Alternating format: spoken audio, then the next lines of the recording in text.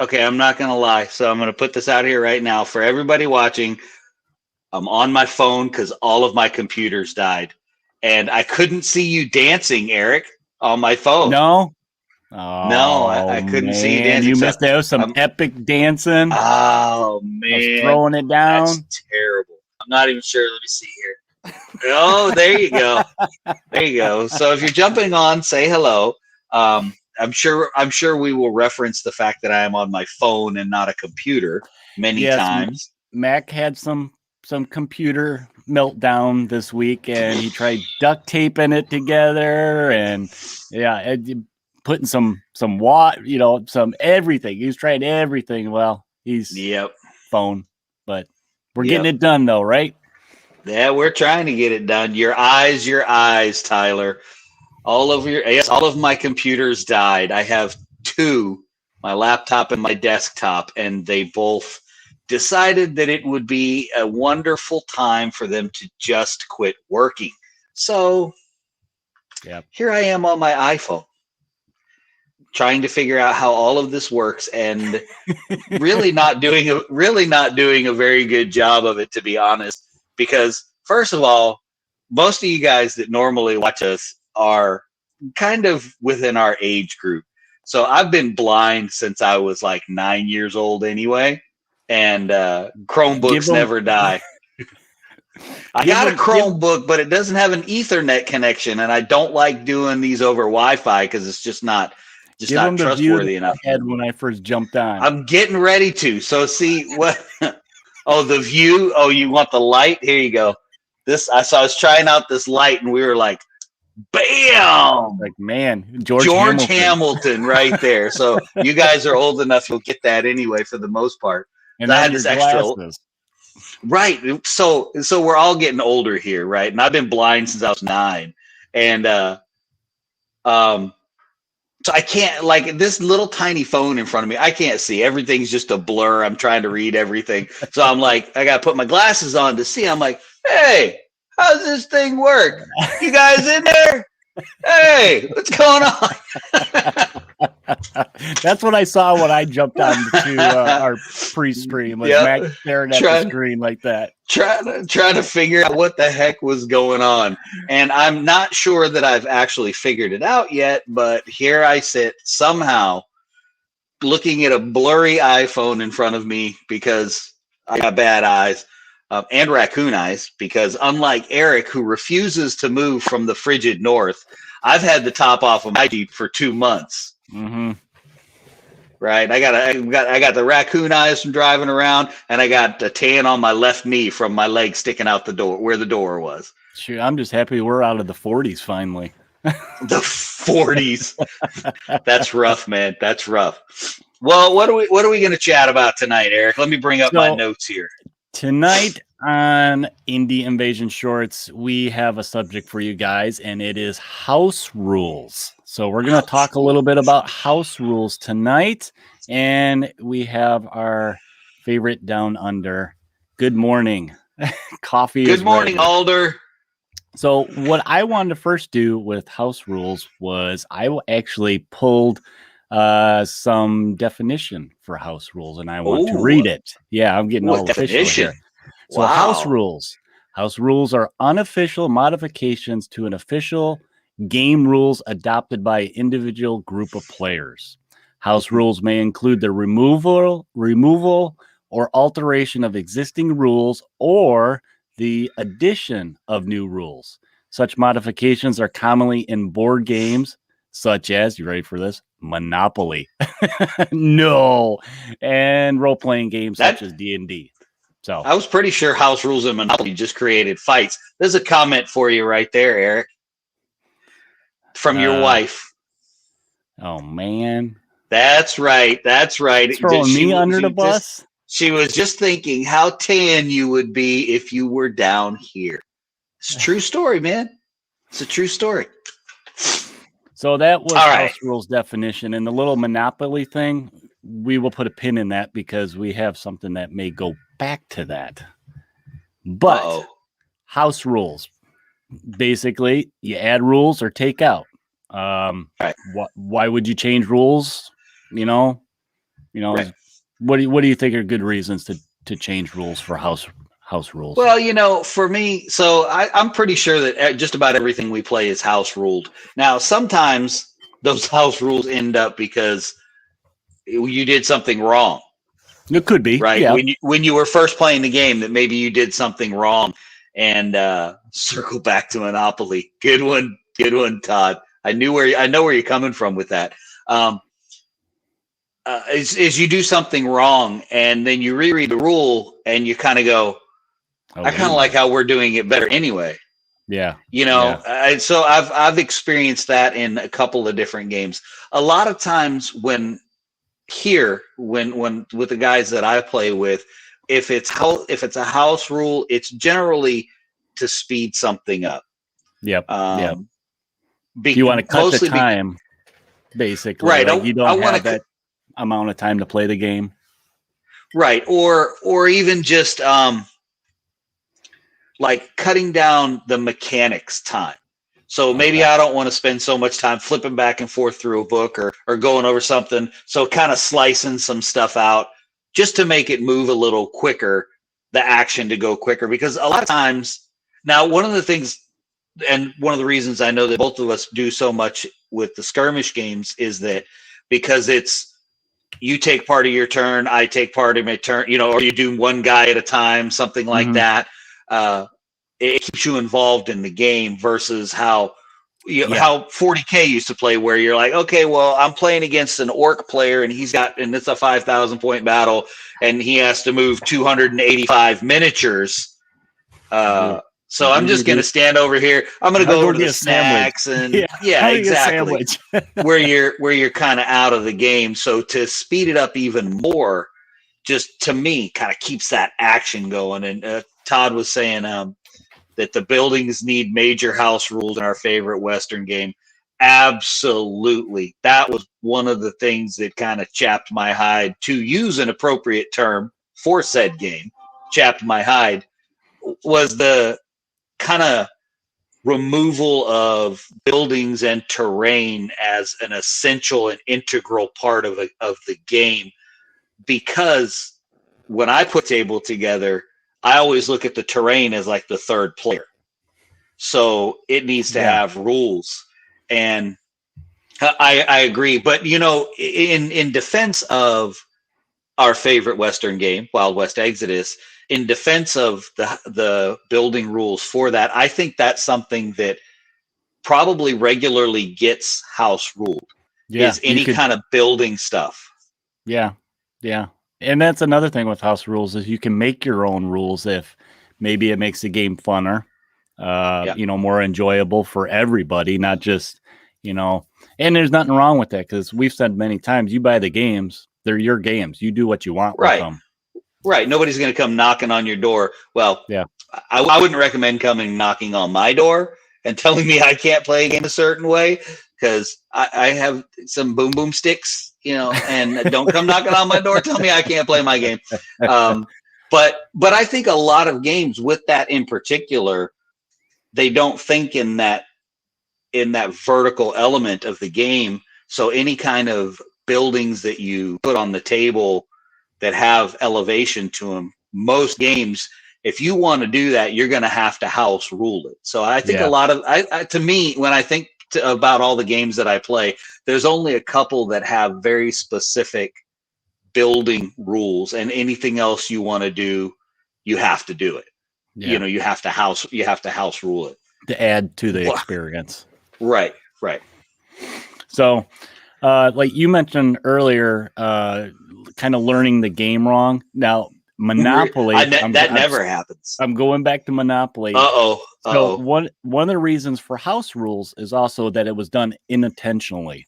So Monopoly is one of those games that I think is notorious for that, where you're either you're taught the game again and again and again, and from different groups, and the rules get diluted or maybe misheard or mistold, Right. and just through time, it happens where you are used to playing it a certain way, and then you go back and you're like, oh, wait a minute. I don't know how many people growing up played Monopoly wrong. And it's already a long game, but if you go back and read the rules, it's like, whoa. It's like, I'm doing everything wrong. I'm doing everything wrong. No wonder it's taken so long, or, so that's a perfect example. And it's just, you misinterpret a rule, and it's such an old game. People are used to playing it a certain way, it's one of those things that you've played it so much. This is how you play it. Let's just pull it out and go. But sometimes you just, sometimes it's wrong. So Todd P said, not a huge fan of house rules because he likes to play a lot of different places, so would need to remember all the house rules. That's very, very true. But and everybody, to each their own on that too, about whether or not you like house rules. And I mean, there would be some house rules I don't like, because what Todd just posted that we'll get to in a second is another aspect of those house rules. But it's true, you would have to remember all of it. But for those people like you, Todd, who have a store to actually go to and play, you would have to remember that. See, such is not the case here. The house rules here are pretty much every rule there is, because they're all in my house. So even if it's actually in the book, it's still technically a house rule. But he also says that is in his experience, most of the house rules usually benefit from okay, so what does this say? That make the house rules, so the people usually benefit the most from them. I could see how that was happening, but the way I would respond to that is totally playing with the wrong people anyway. I'm like, those kind of people that would do that, I wouldn't be playing with anyway, because of their mentality. We've created house rules. Unfortunately, my buddy Raul, who's now in Japan, so we don't play anymore, obviously. But he and I would do house rules, and we would come up with house rules that would be like, oh yeah, that'll make you crush me, man. Mm-hmm. So because it was all flavorful. And again, I believe that goes a lot back to the type of people that you're going to play with. So if you're going to play with a competitive crowd, you can't do house rules, because I believe that's exactly what would happen. Of course, a competitive player is going to have a house rule that benefits them. It's competitive. But if you're playing, not to say that this can't happen with a storyteller, but with a narrative bent to the story, I think you're going to encounter that kind of house rule a lot less, because you're just trying to progress the story. Yeah. Not to say that you won't, but that you'll encounter it a lot less. And what Todd R say there? So Todd says he thinks the internet has changed the house rule thing to a large extent. I would agree with that. I mean, it depends on what game too, really, you're playing. Like if you look at whether it's board game, RPG, or even a minis game. So now RPGs are more, I think, flexible with rule changes. Right. Like you said, kind of the narrative thing. You want to push that narrative forward. Board games and mini games, I've seen it in board games because there may be a rule that's either weird and complicated or just doesn't make sense. So sometimes people will change it that just makes it flow better. And sometimes in mini games too. But the thing you got to watch out for that is a lot of times the game designers, they put these rules in there for a reason. And if you start monkeying with it too much, it could throw off balance, and it may not be apparent at first, but in the long run, it may come out, where it hurts maybe one player more than the other. And I mean, if it's a casual thing, well, that's one thing, but like Todd brings up the competitive. Yeah, you don't want anything competitive, because then you're going to get people that get kind of surly and kind of get hurt by it, Yeah. And I think Alder said too, I think he really hit, this is significant, is that house rules only work well within a small group. I would tend to agree with that. And it would be that group of friends again. And that goes back to what you were talking about, Eric. like with an RPG group, you're trying to push the story. So when the story becomes more important than the mechanics, then you can kind of set aside, okay, this favors me, this favors you, and bring it into this a sort of a central path through your story where, okay, this is bad for me, but it's going to be good for the story. But like Alder said, I think it has to be within that small group of friends. Tyler has a great house rule: bring your own beer and chips. I like Tyler's house rule. That's a good one that every game group should have, right? Yeah, exactly. And so actually everybody in this group, I think, because we tend to have a little bit of an older group that listens, Todd R also said that, back in the day we had to figure things out and you could interpret things differently. Now you can be in the Facebook group and ask the author, hey man, what the heck did you mean? So some of those house rules were, again, like back to what you said about Monopoly, they were how we interpreted them at the time. Yeah. So and it just, I ain't got time to read this. Let's just roll some dice and move. Right. Or it was a discussion of, well, you see it one way and I see it the other way. And if you're friends and not trying to just murder each other and you don't really know each other, but if you're friends, you can say, well, I see it one way and you see it the other way. So how do we resolve this? Well, then you kind of end up creating a house rule because one of those interpretations is what you end up going with, and one of them is going to be wrong. Heck, both of them might be wrong because you might come to find out, oh wow, I've been playing that game wrong, like Monopoly, for my whole life. Yeah, one of the things I think is interesting about house rules is it can lead to kind of a richer experience of playing certain games sometimes, like maybe like we mentioned before, it just makes it fun, and it can be like an alternative way, like maybe it just makes it a little more in depth, or the opposite way, like we said earlier, it just makes it a little more straightforward and quicker of a game too. So there's nothing wrong with house rule and stuff.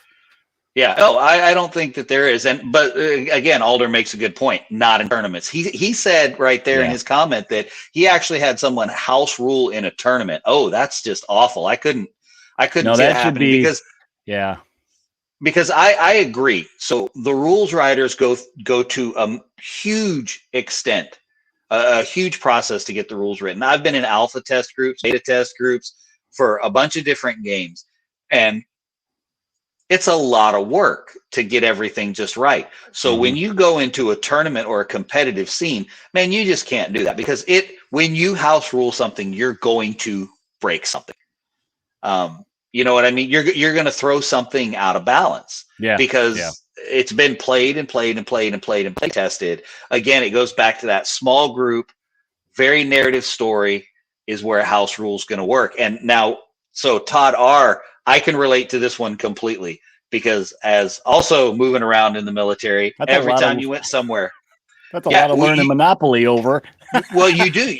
You did. You had to relearn everything because if you went one place and played 40K, remember, this is before you could ask the author what they actually meant. Before and if you wanted to ask, pretty much. Right. If you wanted to ask the author back then of 40K, brother, you were writing a letter and it was going across the pond. Okay. That was the only way you were going to get a response. So every place you would go, they'd be doing something a little bit different. And you'd be like, that's not how I played when I was stationed here or here or here or here.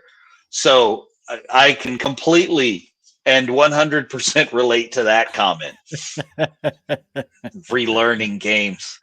And you thought you knew it too, man. You roll up in there, you're like, yeah, I'm the master of the rule. But wait, what? You did what? You were like, huh? I don't know how you'd be like, what rule? Where's that? I can't find that rule. Where is that? Yeah. What page is that on this book that's exactly. Exactly. It's like, it's on this piece of paper I have stuck in the back. Wait a minute now. What are you talking about? So I would say, like, for our group, because our group here is that small group of people, we don't have a game store. We don't have a tournament scene, anything like that. So nothing we do is competitive. The closest thing to competitive that we've done is we ran a Rumble Slam tournament. We've actually run 2 of them. We ran Rumble Slam tournaments, but if you have ever played Rumble Slam, it's kind of hard to have a serious Rumble Slam tournament anyway. Yeah. Because they're just silly anyway, and we didn't have anything house ruled in that anyway. But I mean, when second place is a stuffed Rey Mysterio, it's a silly tournament. Okay, but yeah, it's like Todd reinforced what I was saying. Once you buy it, the rules are yours. So yeah, absolutely. You tailor it to what's fun for you and your group and your friends, and don't stress about it. You want to have fun. That's why we play these games. But like going back on what Alder was saying, the tournament thing, that's kind of a no-go, because in that kind of atmosphere, everybody should be on the same playing field, basically. Well, I think even if you're going to play in a store, you're almost, and I'm using this word very loosely because I agree with Todd. Once you buy the rules, they're yours. You do what you want with them.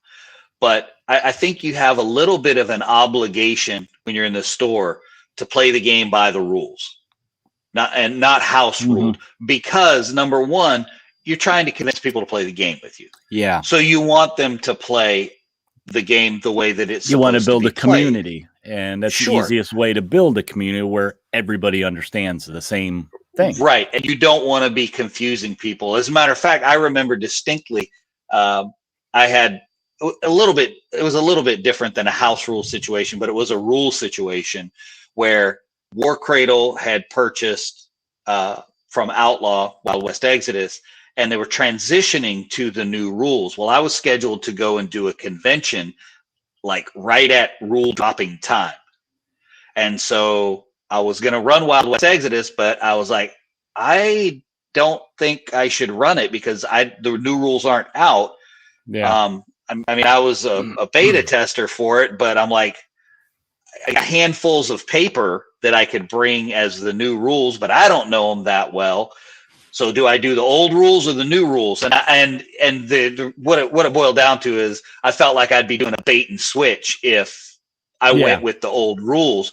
And I think that's kind of what you would end up doing when you house rule a game in the store, because then somebody goes, oh, wow, this game's super cool. And then they go home and they go, that's not how you play it. Now, I do have to say something about that. When people are running demos at conventions, cut them some slack. They're going to make mistakes, right? This guy right here. Okay, I'm not teaching you the game the wrong way. I just messed up. It's true. It's true. It's true. It's a true story. I promise. I promise. Let's see if we got any other comments here. No, it looks like we're pretty much caught up, actually. All right. Cool. Oh, wait, here's something. Here we go. Todd. What'd Todd say? So he's saying he agrees with the store comment. If you invite me to play a game with published rules, I would expect to show up and play rules as written. Yep. Yeah. I agree. Yeah. 100%. I mean, if you're changing rules with your little group of friends, your close friends, your buddies, that's different. And a lot of times, absolutely, stuff like that, what's kind of cool is it could, and I've kind of seen this a little bit with our group in the past, where we've tweaked some rules and it's kind of turned into, well, if we do this, we can do that. And then all of a sudden it turns into a scenario, Right. So that's kind of where these rule changes could lead is, you can design your own custom scenario. Right. And then instead of really changing the rules, you're changing the setting. So you're outlining a set of rules for a specific game versus changing the core rules. So yeah, Todd says demos at cons are about hype. Absolutely, man. That's why you got to have the best looking table, and which I have a lot of the times. I don't really have the best looking painted models, but I have okay ones, but painted models. So yeah, it is. It's all about the hype. Oh, Spaz just threw you under the bus there. Yeah, I was just reading that one. See that? You better share that one because this one's going to be put up. All right. He's saying I like house rule games where he plays me. Otherwise, he never wins. Oh, okay. Man.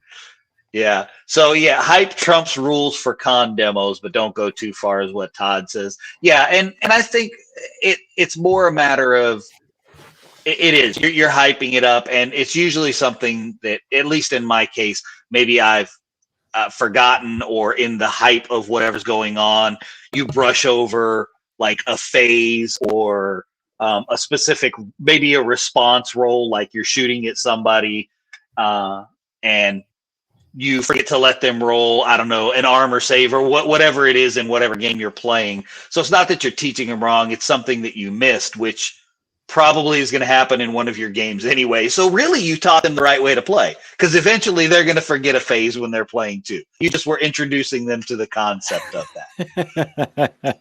That's my new philosophy. I think I'm going to stick with that. And Todd P says, speaking of con demos, Gen Con, there you go. He's a little excited for Gen Con. I'm guessing, Gen Con right? News. A lot of Gen Con. A lot of Gen Con. Well, I think that just about wraps it up for house rules, unless anybody else has anything else to throw out there. Did we know that the original Thunderstone had a fan-created house rule set called Thunderstone Epic that became the widely accepted way to play? I believe the new system was adopted in the second edition. I think it was. I did not know that. I don't even know what Thunderstone is.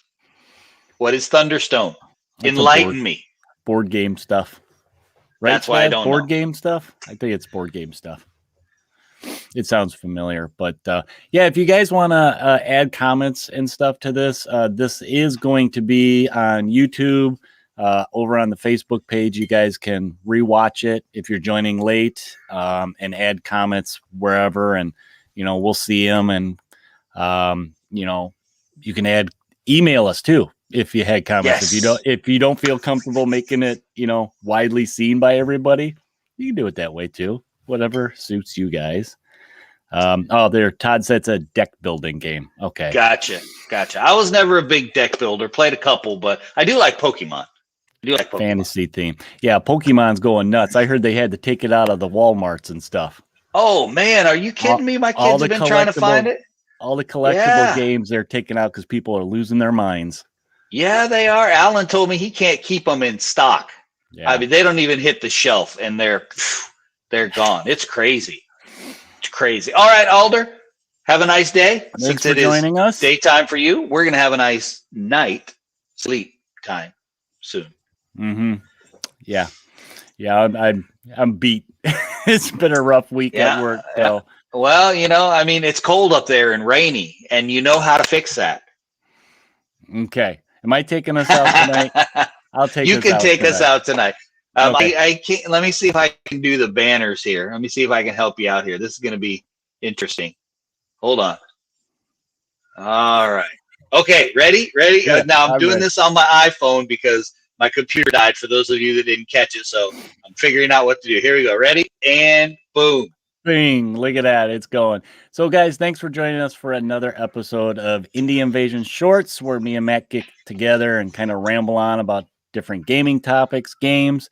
We really enjoy doing these streams with you guys and having the interaction. It makes for some good conversation. And if you guys want to check out our other audio stuff, you can check out our podcast, the main show, on Podbean, iTunes, iHeartRadio, Pandora, Stitcher, Spotify, Pocket Cast, and Google Play, and many others. We'll have to add some of those other ones when we get them. And check us out on our Facebook page, Twitter, Instagram, Discord to see what everybody's working on. You guys can post pictures of what you guys are working on, and we can get a conversation going. And as I mentioned before, if you guys have any comments, questions, whether it's this video or other stuff that maybe we should look into, send us an email at indieinvasion@gmail.com. And get over to Discord, because Alder posted some really cool pictures of his This Is Not a Test table. So get over and check that out. And for ease for you guys, coastaltext.com is the place to go to find links to all of these places. And you can listen to our audio podcast there. We try to make it easy for you guys to find all these. And you can check out some of our supporters of Indie Invasion. And speaking of support, please visit us on Patreon. indie invasion. If you guys want to support what we're doing, you don't have to, but we got some content on there for all to enjoy. Whether it's videos, we got some. And I need a new computer. And I need a new computer. He just got the headphones, now needs a computer. Right? But that's about it for us today on this week's Indie Invasion Shorts. Thank you guys for joining us. How's this thing work? Somebody in there? But anyway, while you guys are out there house ruling your games to your needs, prepare yourself for the invasion.